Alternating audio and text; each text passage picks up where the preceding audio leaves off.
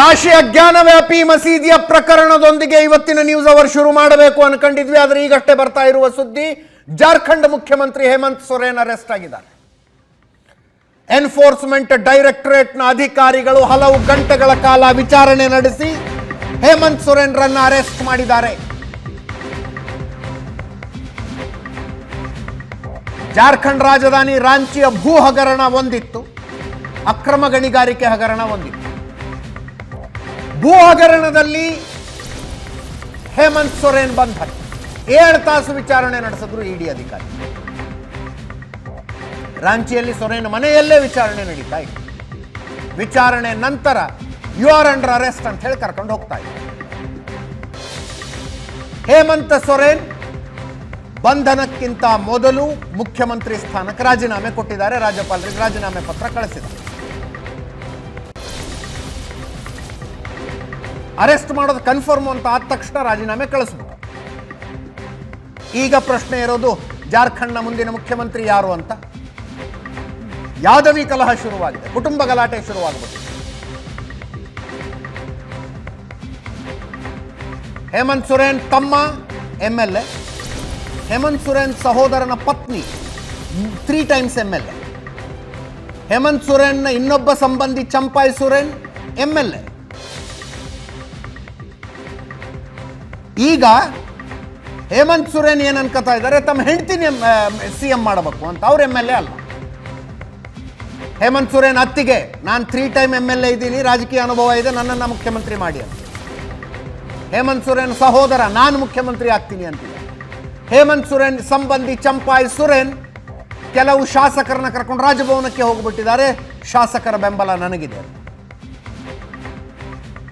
ಸಾರಿಗೆ ಸಚಿವ, ಜಾರ್ಖಂಡ್ನ ಸಾರಿಗೆ ಸಚಿವ ಚಂಪಾಯ್ ಸೊರೇನ್.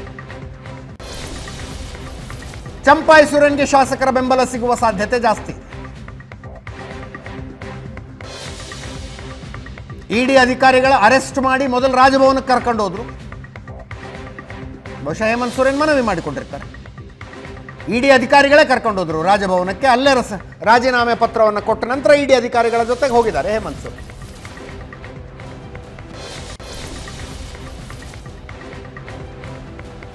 ಅಕ್ರಮ ಗಣಿಗಾರಿಕೆ, ಭೂ ಹಗರಣ. ಅಕ್ರಮ ಗಣಿಗಾರಿಕೆ 1000 ಕೋಟಿ ರೂಪಾಯಿ ಭ್ರಷ್ಟಾಚಾರದ ಆರೋಪ, ಭೂ ಹಗರಣ 1000 ಕೋಟಿ ರೂಪಾಯಿ ಭ್ರಷ್ಟಾಚಾರದ ಆರೋಪ. 2 ಪ್ರಕರಣಗಳ ಪೈಕಿ ಭೂ ಹಗರಣದ ಪ್ರಕರಣದಲ್ಲಿ ಇವತ್ತು ಅರೆಸ್ಟ್ ಆಗಿದೆ. ಅವರ ಹೆಂಡತಿ ಕಲ್ಪನಾ ಸೊರೇನ್. ಕಲ್ಪನಾ ಸೊರೇನ್ರನ್ನು ಮುಖ್ಯಮಂತ್ರಿ ಮಾಡಬೇಕು ಅಂತ ಪ್ರಯತ್ನ ಪಟ್ಟರು ಹೇಮಂತ್ ಸೊರೇನ್. MBA ಕಲ್ಪನಾ ಸೊರೇನ್, ಆದರೆ ರಾಜಕೀಯ ಅನುಭವ ಇಲ್ಲ. ಹೇಮಂತ್ ಸೊರೇನ್ಗೆ ಒಬ್ಬ ಅಣ್ಣ ಇದ್ರು, ದುರ್ಗಾ ಸೊರೇನ್ ಅಂತ. ಅವರು 40 ವರ್ಷ ವಯಸ್ಸಾಗಿರುತ್ತೆ, 2009ರಲ್ಲಿ ತೀರ್ಕೊತಾರೆ, ಮೃತಪಡ್ತಾರೆ. ಅದಾದ ನಂತರ ಅವರ ಪತ್ನಿ ಸೀತಾ ಸೊರೇನ್ ಎಲೆಕ್ಷನ್ಗೆ ನಿಂತ್ಕೊತಾರೆ, ಗೆಲ್ತಾರೆ. 3ನೇ ಸಲ, 3rd time MLA Sita Soren. ಈಗ ಸೀತಾ ಸೊರೇನ್ ಹೇಳ್ತಾ ಇದ್ದಾರೆ, ರಾಜಕೀಯ ಅನುಭವ ಇರೋದು ನನಗೆ, 3 ಸಲ MLA ಆಗಿದ್ದೀನಿ, ನನ್ನನ್ನು ಮುಖ್ಯಮಂತ್ರಿ ಮಾಡಿ ಅಂತ. ಹೇಮಂತ್ ಸೊರೇನ್ ಅಣ್ಣನ ಪತ್ನಿ, ಅಣ್ಣನ ಹೆಂಡತಿ. ಹೇಮಂತ್ ಸೊರೇನ್ ತಮ್ಮ ಒಬ್ಬರು MLA ಬಸಂತ್ ಸೊರೇನ್ ನಾನು ಶಾಸಕ, ಮುಖ್ಯಮಂತ್ರಿ ಆಗ್ತೀನಿ ಅಂತಿದ್ದಾರೆ. ಹೇಮಂತ್ ಸೊರೇನಿಗೆ ಮನಸ್ಸಿರೋ ತಮ್ಮ ಹೆಂಡತಿನ CM ಮಾಡಬೇಕು ಅಂತ.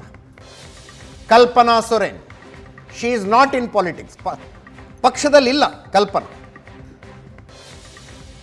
ಇವತ್ತು ಮಧ್ಯಾಹ್ನ 1 ಗಂಟೆಗೆ ರಾಂಚಿಯ ಮನೆಗೆ ಇಡಿ ಅಧಿಕಾರಿಗಳು ಬಂದರು. 7 ಜನ ಇಡಿ ಅಧಿಕಾರಿಗಳು ವಿಚಾರಣೆ ಶುರು ಮಾಡಿದ್ರು. CISF ಯೋಧರು ಆ ಮನೆಗೆ ಭದ್ರತೆ ಕೊಟ್ಟರು, ಗಲಾಟೆ ಆಗದೆ ಇರುವಂತೆ ನೋಡಿಕೊಳ್ಳೋದಕ್ಕೆ. ಪಶ್ಚಿಮ ಬಂಗಾಳದಲ್ಲಿ ಗೊತ್ತಲ್ಲ, ಇಡಿ ಅವರು CBI ಹೋದರೆ ಹೆಂಗೆ ಮಾಡ್ತಾರೆ TMC ಕಾರ್ಯಕರ್ತರು ಅಂತ. ಹಾಗಾಗದೇ ಇರುವಂತೆ CISF ಯೋಧರು ಭದ್ರತೆ ಕೊಟ್ಟಿದ್ರು. 2 ಮಿನಿ ಬಸ್ಗಳಲ್ಲಿ, ಟೆಂಪೋ ಟ್ರಾವೆಲರ್ಗಳಲ್ಲಿ ಬಂದರು ಇಡಿ ಅಧಿಕಾರಿಗಳು. 90ಕ್ಕೂ ಹೆಚ್ಚು ಸಿಬ್ಬಂದಿಯ ಭದ್ರತೆ ಇತ್ತು.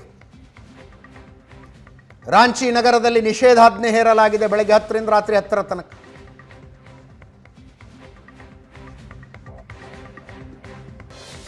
ಇಡಿ ಆಫೀಸು ರಾಜಭವನದ ಸುತ್ತಲೂ ನಿಷೇಧಾಜ್ಞೆ ಸೆಕ್ಷನ್ 144 ಹಾಕಿದ್ದಾರೆ.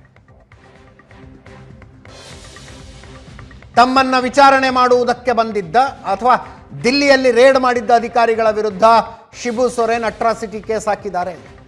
ಜಾತಿ ನಿಂದನೆ ಪ್ರಕರಣ ಹಾಕಿದ್ದಾರೆ. ಕಪಿಲ್ ರಾಜ್, ದೇವವ್ರತ್ ಝಾ, ಅನುಪಮ್ ಕುಮಾರ್, ಅಮನ್ ಪಟೇಲ್ ಮತ್ತು ಇತರರ ವಿರುದ್ಧ ಜಾತಿ ನಿಂದನೆ ಕೇಸ್ ಹಾಕಿದ್ದಾರೆ. ಜನವರಿ 30ನೇ ತಾರೀಕು ದೆಹಲಿ ಮನೆಯ ಮೇಲೆ ಇಡಿ ರೇಡ್ ಆಗಿತ್ತು. 27-28 ಜನವರಿ 27-28 ನಾನೂ ದಿಲ್ಲಿ ಪ್ರವಾಸದಲ್ಲಿದ್ದೆ. ನನಗೆ ಯಾವುದೇ ಮಾಹಿತಿ ನೀಡದೆ ಇಡಿ ಅವರು ದಾಳಿ ಮಾಡಿದ್ದಾರೆ. ಅಲ್ಲಿ ಸಿಕ್ಕಂಥ ದುಡ್ಡು 37 ಲಕ್ಷ ರೂಪಾಯಿ ಕ್ಯಾಶ್ ಸಿಗುತ್ತಲ್ಲಿ, ಅದು ನನ್ನದಲ್ಲ. ಕಾರುಗಳು ಕೂಡ ನನ್ನದಲ್ಲ. BMW ಕಾರಿನ ಮಾಲೀಕ ನಾನಲ್ಲ. ನನ್ನ ಹತ್ರ ಯಾವುದೇ ಅಕ್ರಮ ದುಡ್ಡಿರಲಿಲ್ಲ. ನನ್ನ ಕುಟುಂಬಕ್ಕೆ ಇಡಿ ಕಿರುಕುಳ ಕೊಟ್ಟಿದೆ, ನನ್ನ ಮಾನಹಾನಿ ಮಾಡಿದೆ ಅಂತ ಹೇಮಂತ್ ಸೊರೇನ್ದು ಕಂಪ್ಲೇಂಟ್.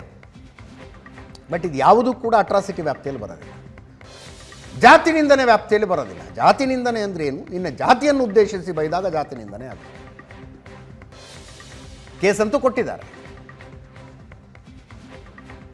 ಅಕ್ರಮ ಗಣಿಗಾರಿಕೆಯ 1000 ಕೋಟಿ ರೂಪಾಯಿ ಹಗರಣ, ಭೂ ಹಗರಣ 1000 ಕೋಟಿ ರೂಪಾಯಿ. ರಾಂಚಿಯಲ್ಲಿ ಒಂದು ಜಾಗ ಇರುತ್ತೆ, ಅದಿಷ್ಟು ವರ್ಷ ಮಿಲಿಟರಿ ಅಂಡರಲ್ಲಿತ್ತು. 7 ಎಕರೆ 16 ಗುಂಟೆ ಜಾಗ. ಅದನ್ನು ಇದು ನಿಮ್ಮದಲ್ಲ ನಮ್ಮದು ಅಂಥೇಳಿ, ಅಂದರೆ ರಾಜ್ಯ ಸರ್ಕಾರಕ್ಕೆ ಸೇರಿದ್ದು ಅಂಥೇಳಿ ಅಕ್ರಮ ದಾಖಲೆಗಳ ಮೂಲಕ ರಾಜ್ಯ ಸರ್ಕಾರಕ್ಕೆ ತಗೊಂಡ್ರಂತೆ. ಅದಾದ ಮೇಲೆ ಆಕ್ಷನ್ಗೆ ಹಾಕ್ತಾರೆ. ಅದನ್ನು ಆಕ್ಷನ್ನಿಗೆ ಏನು ಹರಾಜಿಗೆ ಬಹಳ ಬೆಲೆ ಬಾಳುವ ಭೂಮಿ ತುಂಬ ಕಡಿಮೆ ಬೆಲೆಗೆ ಮಾರ್ತಾರೆ. ಹಾಗೆ ಕಡಿಮೆ ಬೆಲೆಗೆ ಮಾರಿ ತಾವು ವೈಯಕ್ತಿಕವಾಗಿ ಕಮಿಷನ್ ತಗೊಂಡ್ರು ಅನ್ನೋದು ಆರೋಪ. ಪ್ರೈಮ್ ಪ್ರಾಪರ್ಟಿ 1000 ಕೋಟಿ ರೂಪಾಯಿ ಕಮಿಷನ್ ತೆಗೆದುಕೊಂಡಿರುವ ಆರೋಪ ಇದೆ. ಈ ಕೇಸ್ನಲ್ಲಿ ಈಗಾಗಲೇ 14 ಜನ ಅರೆಸ್ಟ್ ಆಗಿದ್ದಾರೆ. ಇನ್ನೊಂದು ಅಕ್ರಮ ಗಣಿಗಾರಿಕೆ ಹಗರಣ.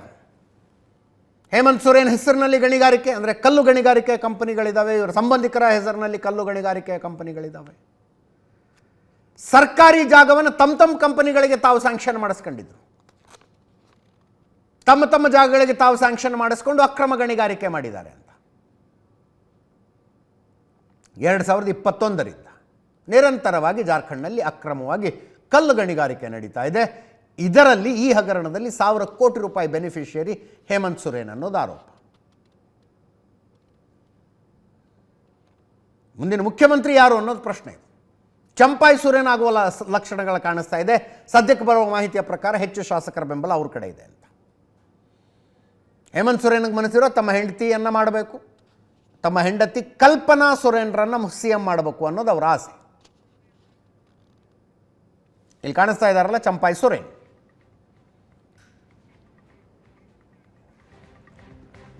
ಹೇಮಂತ್ ಸೊರೇನ್ ಅತ್ತಿಗೆ ಸೀತಾ ಸೊರೇನ್. ಹೇಮಂತ್ ಸೊರೇನ್ ಅಣ್ಣ ದುರ್ಗಾ ಅವರ ಪತ್ನಿ ಸೀತಾ. ದುರ್ಗಾ 2009ರಲ್ಲಿ ತೀರ್ಕೊತಾರೆ. 40 ವರ್ಷ ವಯಸ್ಸಾಗಿರುತ್ತೆ ಅವಾಗ. ಅವರ ಕ್ಷೇತ್ರಕ್ಕೆ ಸೀತಾ ಬೈ ಎಲೆಕ್ಷನ್ಗೆ ನಿಂತ್ಕೊಂಡು ಗೆಲ್ತಾರೆ. ಆಮೇಲೆ ಗೆಲ್ತಾ ಇದ್ದಾರೆ ಆ ಕ್ಷೇತ್ರದಿಂದ 3 ಟೈಮ್ MLA. ಸೀತಾ ಸೊರೇನ್ ಹೇಳ್ತಾ ಇದ್ದಾರೆ ಕಲ್ಪನಾಗೆ, ಅಂದರೆ ತಮ್ಮ ಓರಗಿತ್ತಿಗೆ ಏನು ರಾಜಕೀಯ ಅನುಭವ ಇದೆ, ಅವ್ರನ್ನ ಯಾಕೆ CM ಮಾಡ್ತೀರಿ ಅಂತ. ನನ್ನನ್ನು ಮುಖ್ಯಮಂತ್ರಿ ಮಾಡಿ ಅವ್ರು ಕೇಳ್ತಾ ಇರೋದು. ಕುಟುಂಬದಲ್ಲೇ ನಡೀತಾ ಇರೋದು ಇದು. ಒಬ್ಬ ಮುಖ್ಯಮಂತ್ರಿ 2 ಉಪಮುಖ್ಯಮಂತ್ರಿಗಳಾಗಬಹುದು. ಅಕಸ್ಮಾತ್ ಕಲ್ಪನಾ ಸೊರೇನ್ ಮುಖ್ಯಮಂತ್ರಿ ಆದರೆ ಸೀತಾ ಸೊರೇನ್ ಉಪಮುಖ್ಯಮಂತ್ರಿ ಆಗುವ ಸಾಧ್ಯತೆ ಇದೆ. ಬಸಂತ್ ಸೊರೇನ್, ಹೇಮಂತ್ ಸೊರೇನ್ರ ಮತ್ತೊಬ್ಬ ತಮ್ಮ ಬಸಂತ್ ಸೊರೇನ್ ಕೂಡ ಉಪಮುಖ್ಯಮಂತ್ರಿ ಆಗುವ ಸಾಧ್ಯತೆ ಇದೆ. ಮುಖ್ಯಮಂತ್ರಿ ಮತ್ತು ಉಪಮುಖ್ಯಮಂತ್ರಿಗಳ ಇಬ್ಬರದು 3 ಜನರದು ಸರ್ನೇಮ್ ಸೊರೇನ್ ಆಗುವ ಸಾಧ್ಯತೆಗಳು ಕಾಣಿಸ್ತಾ ಇದೆ. ಡುಮ್ಕಾ ಅನ್ನುವ ವಿಧಾನಸಭಾ ಕ್ಷೇತ್ರದ ಶಾಸಕ ಬಸಂತ್ ಸೊರೇನ್ ಕಲ್ಪನಾ ಸೊರೇನ್ರನ್ನ 2006ರಲ್ಲಿ ಮದುವೆ ಮಾಡ್ಕೊಂಡಿದ್ದಾರೆ. ಫೆಬ್ರವರಿ 7, 2006ರಲ್ಲಿ. 2 ಮಕ್ಕಳು ಹೇಮಂತ್ ಸೊರೇನ್ಗೆ, ನಿಖಿಲ್ ಮತ್ತು ಅಂಶ್ ಅಂತ. ಒಡಿಸ್ಸಾದವರೇ ಕಲ್ಪನಾ. ಎಂಜಿನಿಯರಿಂಗ್ ಮುಗಿಸಿದ್ದಾರೆ, MBA ಮುಗಿಸಿದ್ದಾರೆ. ಬಟ್ ಪಾಲಿಟಿಕ್ಸ್ನಲ್ಲಿ ಇರಲಿಲ್ಲ. ಇನ್ನೊಂದು ಕಡೆ ಸೀತಾ ಸೊರೇನ್ ಮುಖ್ಯಮಂತ್ರಿ ಆಗಬಹುದಾ? ಶಿಬು ಸೊರೇನ್ರ ಹಿರಿಯ ಸೊಸೆ. 15 ವರ್ಷದಿಂದ ಜಾಮಾ ವಿಧಾನಸಭಾ ಕ್ಷೇತ್ರದ ಶಾಸಕಿಯವರು, 3rd time MLA. Durga Soren, Hemant Soren, Basant Soren, Anjali Soren, 4 ಜನ ಮಕ್ಕಳು ಶಿಬು ಸೊರೇನ್ಗೆ, 3 ಜನ ಗಂಡು ಮಕ್ಕಳು, 1 ಹೆಣ್ಣು ಮಗಳು. ಹೆಣ್ಣು ಮಗಳು ರಾಜಕೀಯದಲ್ಲಿಲ್ಲ. ದುರ್ಗಾ ಸೊರೇನ್ ತೀರ್ಕೊಂಡಿದ್ದಾರೆ, ಮೃತಪಟ್ಟಿದ್ದಾರೆ. ಅವರು ಕೂಡ MLA ಆಗಿದ್ದರು. ಅವರ ಮೃತಪಟ್ಟ ನಂತರ ಅವರ ಹೆಂಡತಿ ಶಾಸಕಿ ಆಗಿದ್ದಾರೆ. ಹೇಮಂತ್ ಸೊರೇನ್ ಮುಖ್ಯಮಂತ್ರಿ, ಬಸಂತ್ ಸೊರೇನ್, ಹೇಮಂತ್ ಸೊರೇನ್ ತಮ್ಮ, ಅವರು ಕೂಡ ಶಾಸಕರು. 81 ವಿಧಾನಸಭಾ ಕ್ಷೇತ್ರಗಳು ಬರ್ತವೆ. ಸ್ಕ್ರೀನ್ ಮೇಲೆ ನೋಡ್ತಾ ಇದ್ದೀರಿ. ಬಸಂತ್ ಸೊರೇನ್ ಅವರು, ಹೇಮಂತ್ ಸೊರೇನ್ ತಮ್ಮ. 81 ವಿಧಾನಸಭಾ ಕ್ಷೇತ್ರಗಳಿರುವಂಥ ರಾಜ್ಯ, ಮ್ಯಾಜಿಕ್ ನಂಬರ್ 41.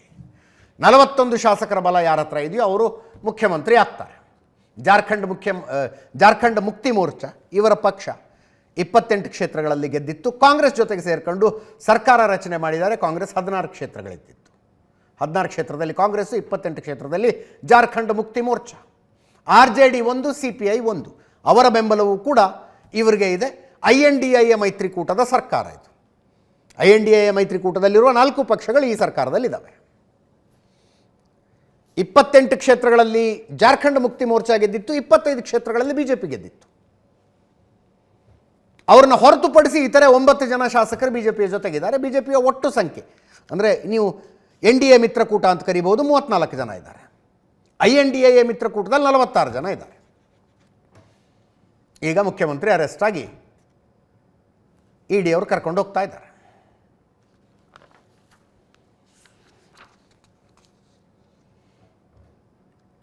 BJPಯಿಂದ ನಿಷ್ಕಾಂತ್ ದುಬೆ ರಿಯಾಕ್ಟ್ ಮಾಡಿದ್ದಾರೆ.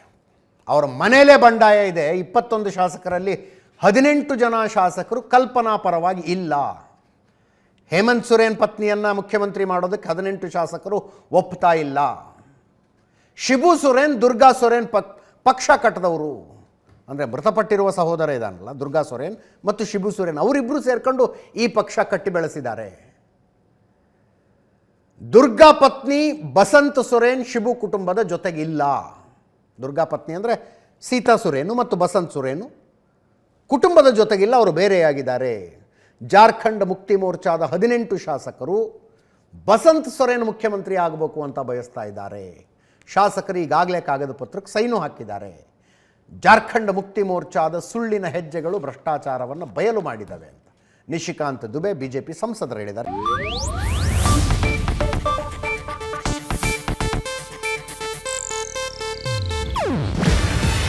ಇದು ಏಷ್ಯಾನೆಟ್ ನ್ಯೂಸ್ ನೆಟ್ವರ್ಕ್ ಪ್ರಸ್ತುತಿ. ನೀವು ನೋಡ್ತಿದ್ದೀರಾ ಏಷ್ಯಾನೆಟ್ ಸುವರ್ಣ ನ್ಯೂಸ್.